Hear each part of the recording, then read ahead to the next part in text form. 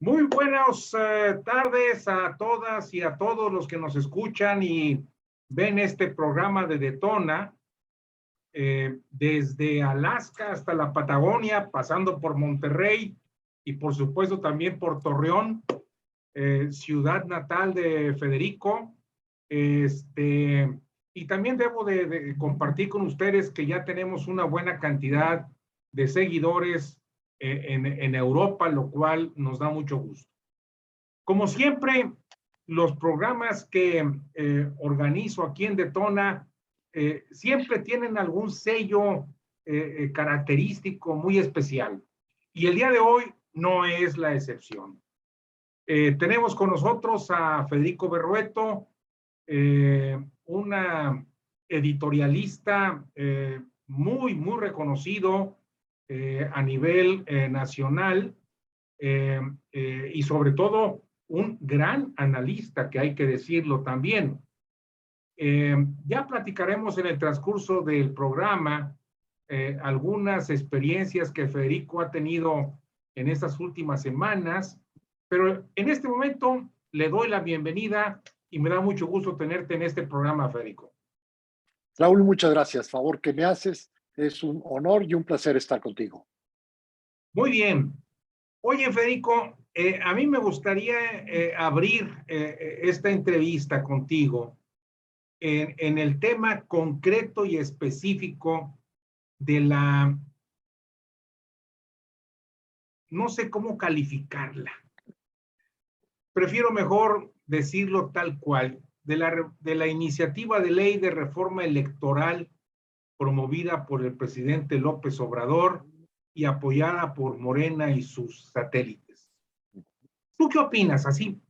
En una entrada así rápida, ¿qué nos puedes decir, Federico? Bueno, primero es una iniciativa pensada para un mundo que ya no existe.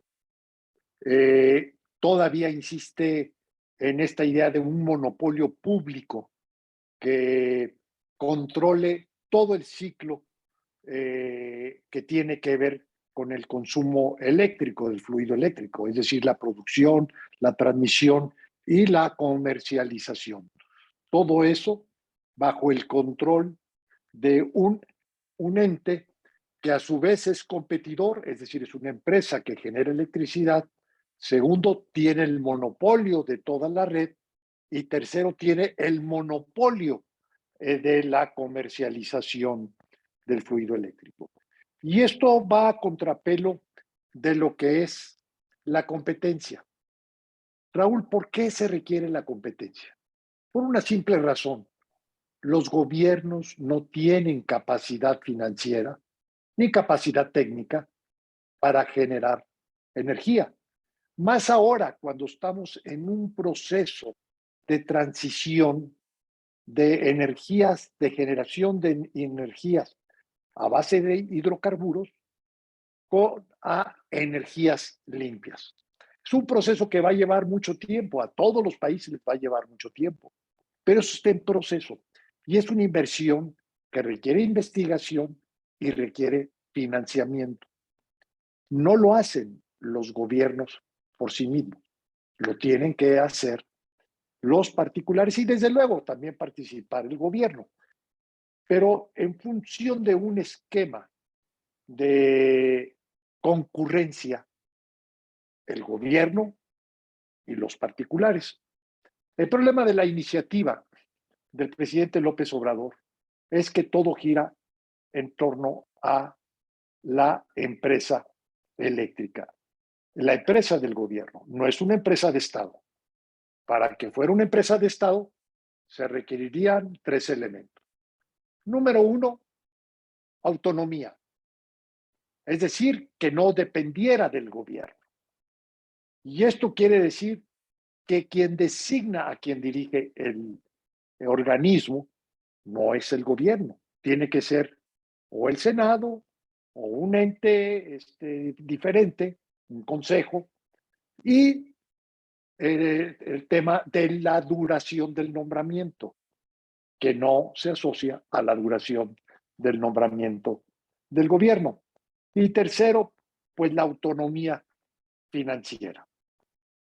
Ninguno de esos tres elementos Claro. existen, por lo mismo es una empresa de gobierno. De manera tal que la iniciativa del presidente López Obrador va a contrapelo de la competencia, va a contrapelo de promover la inversión y va a contrapelo también, por lo mismo, de la generación de energías limpias. El país se dio un modelo, fue muy difícil, fue muy complicado, pero tenemos un modelo con sus asegúnes, con sus problemas, pero funcional en lo más relevante, que le permite al darle certeza a la inversión privada. Y por otro lado, también se premia, se promueve la energía limpia. Por ejemplo, si se produce energía limpia y a precio competitivo, tendrá preferencia sobre la energía no limpia. Y como Comisión Federal de Electricidad genera mucha energía sucia, también energía limpia, pero en gran proporción energía que proviene de hidrocarburos, entonces la Comisión Federal de Electricidad pues no le están saliendo bien las cosas, pero es precisamente porque se ha tardado en incorporarse a la transición energética. De manera tal que los inconvenientes de la propuesta del presidente son evidentes y por lo mismo fueron rechazados. Te quise hacer esta pregunta inicial, Federico, porque queda en la memoria de nuestra audiencia de que fue rechazada esta propuesta porque la oposición, en una forma racional, en una forma consciente, no la aprobó, a pesar de las amenazas, y ahora se les acusa de traidores a la patria. Pero bueno, eso es historia, y yo lo quise poner en esta referencia, en este estatus, porque viene otra iniciativa que está más o menos en el mismo sentido, que es la reforma electoral.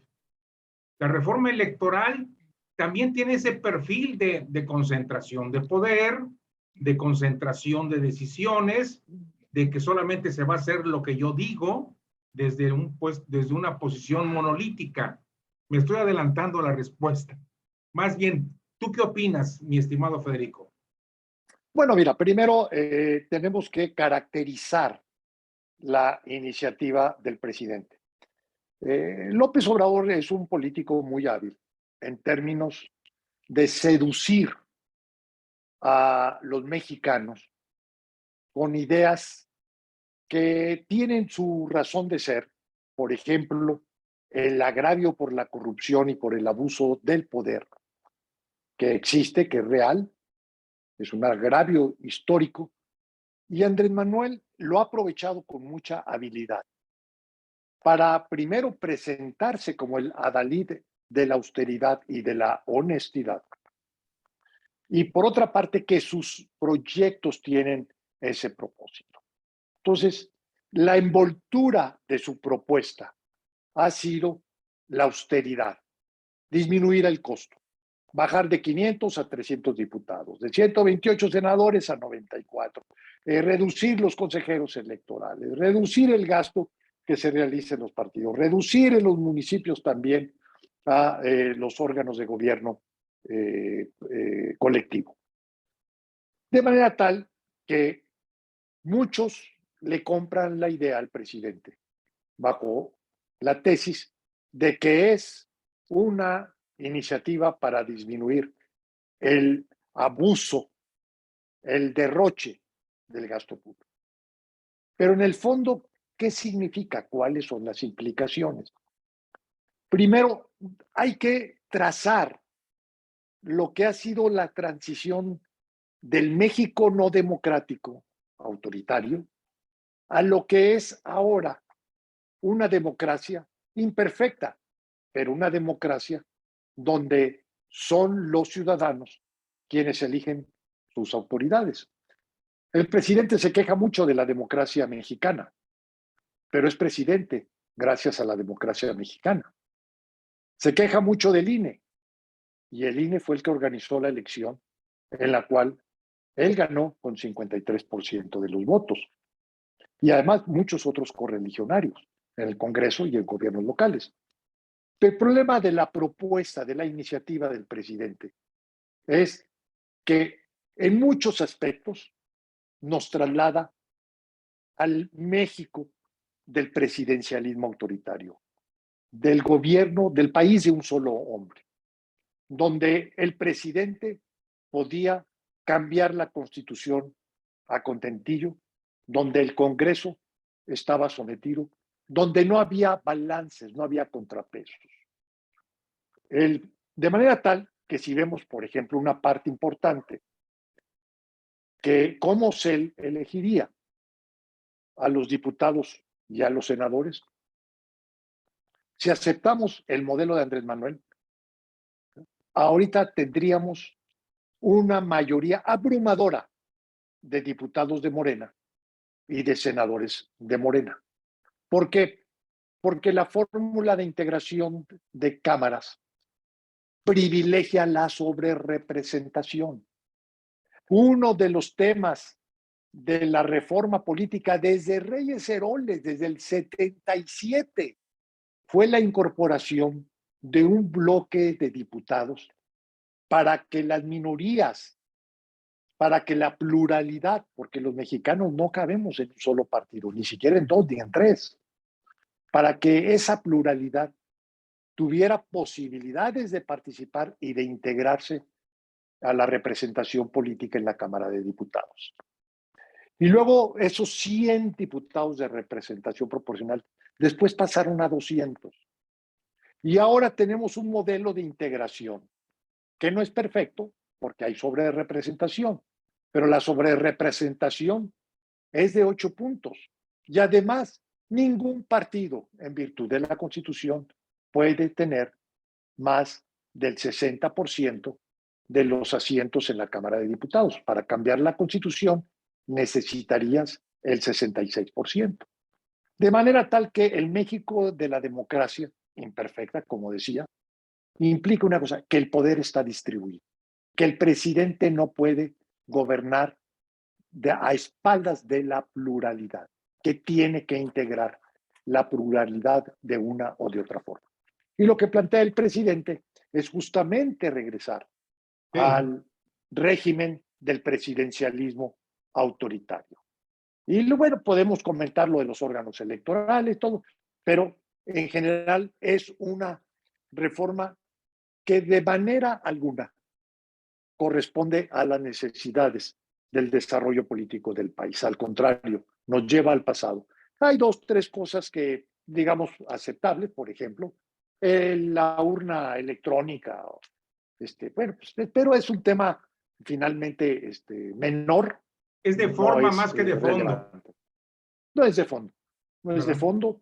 Y por lo mismo, también por ahí algunos aspectos que tienen que ver con el uso de medios de comunicación, que yo en principio no estaría en desacuerdo. O sea, no es una reforma en la cual tengamos que reprobar todo, pero sí lo más importante y sí lo fundamental. Son De manera zanahorias tal, nada más para caer en la trampa.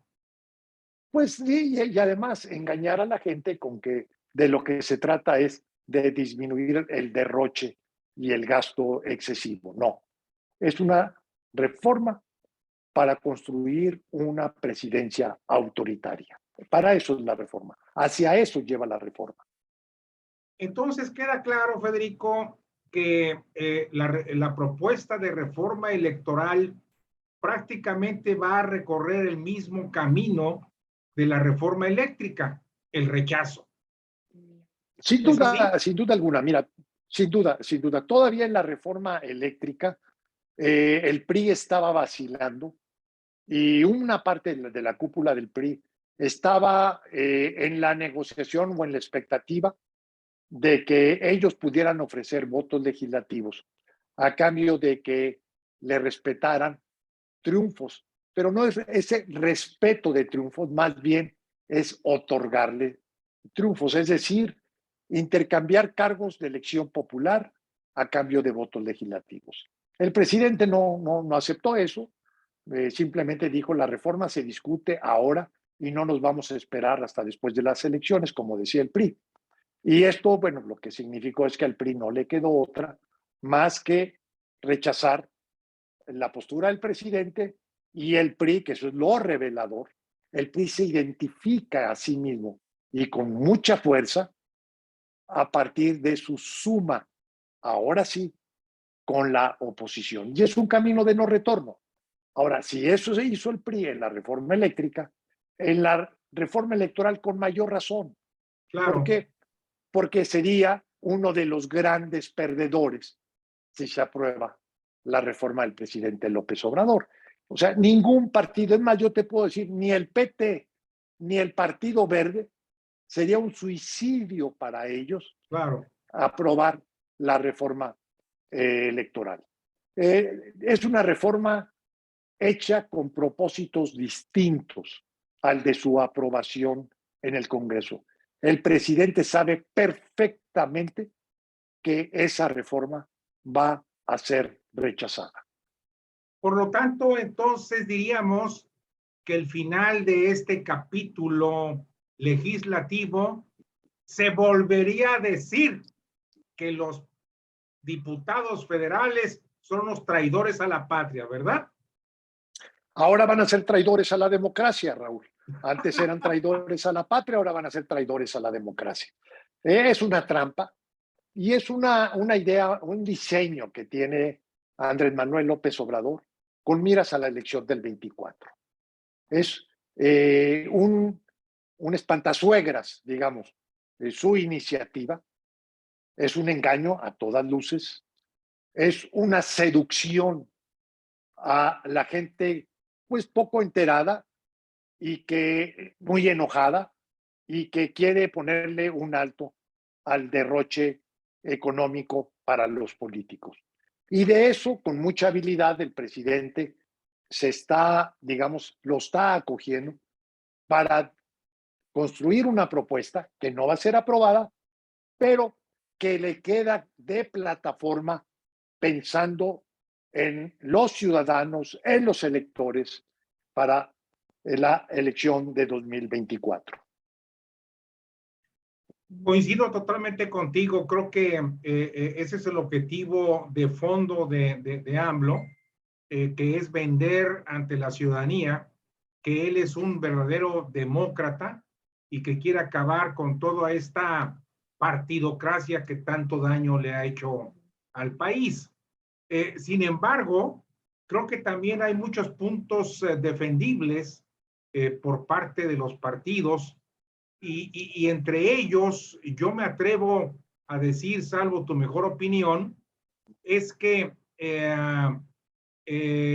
la reducción o la eliminación del financiamiento público fuera de las campañas electorales provocaría realmente un caos, una falta de transparencia en la operación financiera de los partidos políticos, porque vete a saber quiénes le van a financiar. Pueden ser el crimen organizado, empresarios corruptos, y no hay forma de demostrarlo porque ahí no se puede exigir la transparencia porque no son recursos públicos. Entonces, yo creo que es un elemento que me viene a la mente nada más, pero detrás de él hay muchos más. Y sobre todo para mí, el más importante es que podemos reformar la ley electoral, pero para mejorar, no para regresar al pasado, ¿verdad? Sí, pero además, fíjate una cosa, Raúl. En estos momentos, el mayor peligro, la mayor amenaza a la democracia electoral mexicana es la intrusión del crimen organizado. Así Ve es. el número de candidatos que han sido asesinados en las últimas elecciones. Periodistas también, pero candidatos a presidentes municipales, a diputados, etcétera. La violencia va creciendo. ¿Cuántas autoridades municipales están cayendo en manos del crimen organizado? Docenas, docenas. El financiamiento, el financiamiento bajo la mesa que proviene del crimen organizado. Bueno, siendo la principal amenaza al sistema electoral el crimen organizado, ¿por qué, me pregunto yo, en la iniciativa del presidente no hay una sola palabra, un solo artículo, una sola disposición, una sola previsión para atacar esta gran amenaza? O sea, yo sí creo que podemos hablar de una reforma y tenemos que hablar de cambios institucionales Pero en forma para seria, en mejorar forma responsable.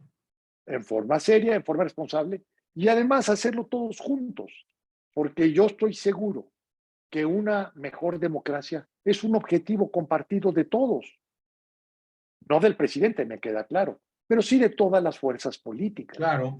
De manera tal que lo que es lamentable, y es muy lamentable, es que se eludan los temas más relevantes. Por ejemplo, tuvimos una farsa de consulta para la revocación de mandato, porque estuvo mal diseñada la institución, porque se establecieron reglas totalmente contrarias al sentido de una consulta, de un proceso como es el de revocación de mandato.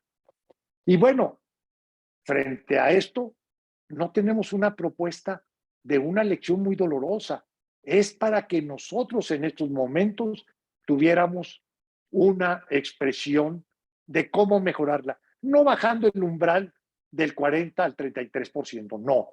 Es cómo hacemos de la revocación de mandato exactamente lo que es un instrumento de la ciudadanía para echar del poder al mal gobernante y no como sucedió ahora, un escandaloso fraude para la ratificación del presidente. Además, se le orilló al INE sin recursos a que solamente instalara un tercio de los centros de votación. De manera tal que si no hacemos un diseño de reforma consensuado, con responsabilidad, con visión, con atención a los problemas y las amenazas que tiene actualmente el México democrático, pues no vamos a llegar a ningún lado. Claro. Lo que plantea el presidente es una trampa con miras a la elección del 24. No es algo serio y de antemano se sabe que los partidos en el Congreso no lo van a aprobar.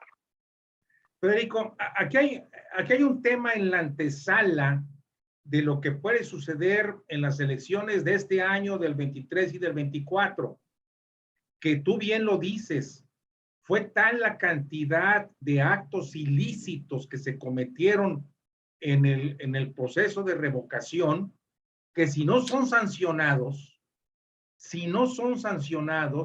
se van a convertir en lo que yo llamaría coloquialmente un esquema de uso y costumbre en un proceso electoral que nos llevaría al caos. Entonces, para mí es muy importante que el Tribunal Federal Electoral sancione a todos aquellos que violentaron la ley durante el proceso de revocación. ¿Tú coincides con este punto de vista? Desde luego, pero es un tema del tribunal, es un tema del INE, el INE impone sanciones, el tribunal también o las confirma, pero sobre todo de la Fiscalía General de la República, porque hay sanciones penales y hay sanciones que deben imponerse a servidores públicos y a dirigentes partidistas. Entonces, lo fundamental no son las sanciones de corte electoral, una multa, una tarjeta roja, no, son las sanciones ¿Cuáles que son, derivan Federico? de la responsabilidad. Bueno, son la cárcel, ni más ni menos. O sea, ¿Por un qué? funcionario que incumple, porque si tú incumples con la ley, Ah, tienes que pagar las consecuencias de ello. ok. Si tú desvías recursos públicos, bueno, mira, tenemos a un exgobernador sujeto a proceso penal, es más detenido, bueno, ahora está en hospital, precisamente porque desvió recursos para un objetivo electoral. ¿Qué fue lo que sucedió en la revocación de mandato? Se desviaron recursos El de caso del manera avión de la evidente, Fuerza Aérea. ostensible, y otros tantos casos. Hubo una propaganda, publicidad en todo el país con espectaculares, bardas, movilizaciones, acarreos. ¿Quién compró, Raúl? ¿Quién compró eso? ¿Quién pagó? Pues obviamente son recursos públicos. ¿Habrá Entonces, forma de pues acreditarlo, Federico? si se hace la investigación por parte de la Fiscalía General de la República, sin duda alguna, las empresas, por ejemplo, de los espectaculares se negaron a dar información. Bueno, pues ahí debe haber pagos y los pagos, bueno, se hicieron en efectivo, difícilmente creo en esas cantidades. Y también, pues tú tienes las vías de apremio. Sí se puede investigar, sin duda alguna, si hay voluntad política. Que no la va. Lamentablemente, la Fiscalía General de la República no es un órgano imparcial y sobre todo en el tema de investigación de delitos electorales, ¿no? No me gustaría terminar este programa, mi estimado Federico, sin preguntarte algo que para mí ha sido muy importante en los últimos días. Es el homenaje que se le rindió a uno de los políticos que yo en lo personal lo conozco desde hace muchos años y sé y conozco sus habilidades y cualidades. Me refiero a Porfirio Muñoz Ledo. ¿Tú qué opinas de este homenaje? ¿Qué opinas de este personaje? Bueno, mira, tengo alta estima a Porfirio Muñoz Ledo, como todos, pues es un hombre de luces y sombras, no es una persona que sea toda virtud. Sin embargo, su aportación al desarrollo político, al desarrollo democrático y al desarrollo del poder legislativo en México es evidente, es inobjetable. Qué bueno que a Porfirio se le hace un homenaje en estas horas del país. Y fíjate una cosa, ¿por qué el homenaje se hace en el Senado de la República y no en la Cámara de Diputados? Recordemos que Porfirio era diputado en la pasada legislatura, que Morena y su dirigente le obstruyeron su reelección. Así es. Bueno, lo hace el Senado. Y fíjate quién concurre al homenaje. No solamente están sus pares o sus afines de ideología o de partido, está Santiago Krill, está ni más ni menos que Lorenzo Córdoba.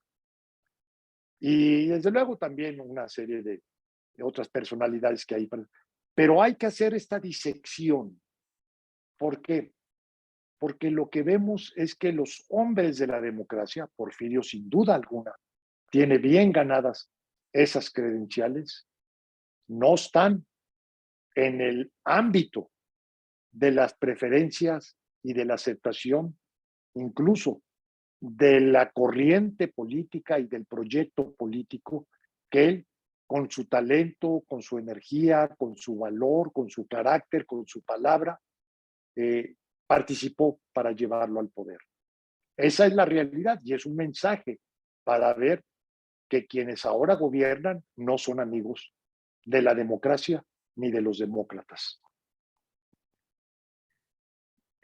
Me da mucho gusto que coincidamos en esta parte, Federico, porque independientemente que yo puedo discrepar de muchas opiniones de Porfirio, de muchas acciones, tú bien lo dijiste, es un hombre de luces y sombras. No podemos negar que es un hombre de la democracia, para la democracia y con la democracia. Y lo que él ha vivido en los últimos años, yo creo que ha sido el símbolo de una actitud eh, eh, dictatorial, me atrevo a decirlo, por parte del presidente y por parte de Morena, al negarle a Porfirio Muñoz Ledo esa calidad democrática que él ha tenido. En fin, creo que todavía tenemos en nuestro país gente de este calibre, y espero que haya muchos más que sigan continuando la lucha por la democracia junto con tu servidor y contigo, lo cual me da mucho Gracias. gusto. Gracias, Raúl. Por Gracias. último, Federico, ¿hay algún conocimiento de parte tuya de cuándo se va a presentar, a discutir la iniciativa electoral en la Cámara de Diputados, o sigue en el limbo? No, mira, seguramente va a ocurrir en el periodo de sesiones que inicia en septiembre. Hasta No septiembre. puede haber los interesados en apresurar las cosas o en definirlas no tienen mayoría en la comisión permanente, que es la que aprueba la convocatoria para un periodo extraordinario. De manera tal que yo vería que esta deliberación debe darse en el próximo periodo de septiembre, y además con un resultado del todo anticipado, que es su rechazo. Podría hacerse otro proyecto legislativo, pero el presidente y sus correligionarios en la Cámara de Diputados están negados a la negociación, al acuerdo, a una auténtica deliberación. Por lo mismo, pues lo que vería es que en ese periodo entre septiembre y 15 de diciembre deberá discutirse y eventualmente votarse la iniciativa del presidente. Antes de despedirnos, mi estimado Federico, ¿tú crees que avance esta denuncia que está presentando el presidente Morena, Mario Delgado, en contra de los diputados federales de oposición, de traidores a la patria? ¿O en qué crees que termine esta película? Esta película es un recurso retórico electoral a manera de anticipar la sucesión presidencial. No va a llegar a ningún lado, todo va a ser, como dice el presidente, politiquería ramplona, además con un fuerte tufo fascista, porque solamente el fascismo o el totalitarismo criminaliza la oposición. Y la postura del presidente, de Mario Delgado, de llamar traidores a la patria a quienes votan en contra, es justamente criminalizar a la oposición, a quien disiente. Y eso es propio de los regímenes totalitarios. En la escuela donde yo doy clases, mi estimado Federico, te platico que hace unos días comentábamos este tema, y en la discusión que se dio con los alumnos, que por cierto tenemos de todos los partidos políticos, incluyendo Morena, una muchacha, una alumna se levanta y se voltea y le dice a todo el mundo: si gustan llamarme traidora, para mí es un honor ser traidora. Prefiero defender mi opinión y mi libertad. Y creo que en este caso tiene toda la razón. Sin duda alguna. Sin ¿Verdad? duda alguna. Te mando un Así abrazo, es. mi estimado Federico, muy agradecido por la entrevista, y espero que sigamos Gracias. en contacto, porque hay mucho que platicar todavía más. Cómo no, con todo gusto y por tu amable conducto. Saludo a aquellos que nos atienden por la magia de la red. Muchas gracias, mi estimado Federico. Abrazos. Hasta luego.